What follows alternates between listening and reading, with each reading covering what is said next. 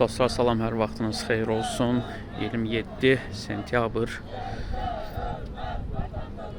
2025 Vətən müharibəsinin başlamasından 5 il ötür və gördüyünüz kimi qədir bilən xalqımız öz şəhidlərini heç vaxt unutmur.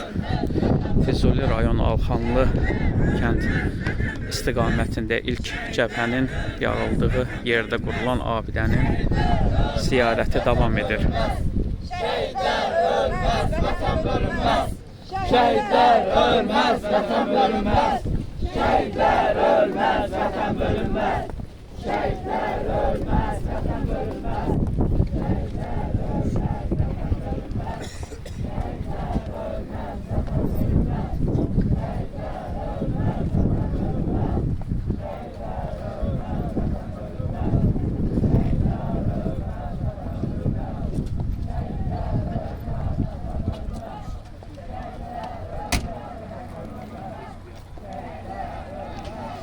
Elman. Elman.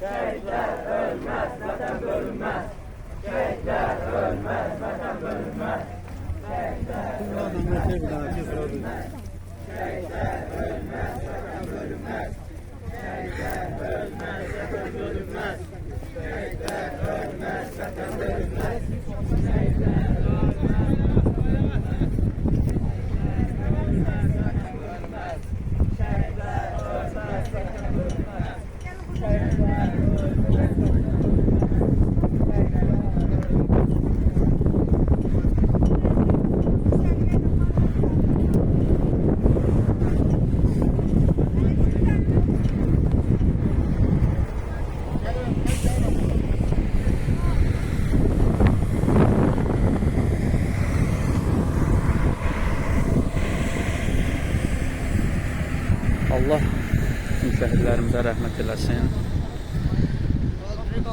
Vətən uğrunda qanlarını, canlarını sipər edən hər bir qazimizə Allah şəfa versin. Allah ordumuzu, millətimizi, dövlətimizi qorusun.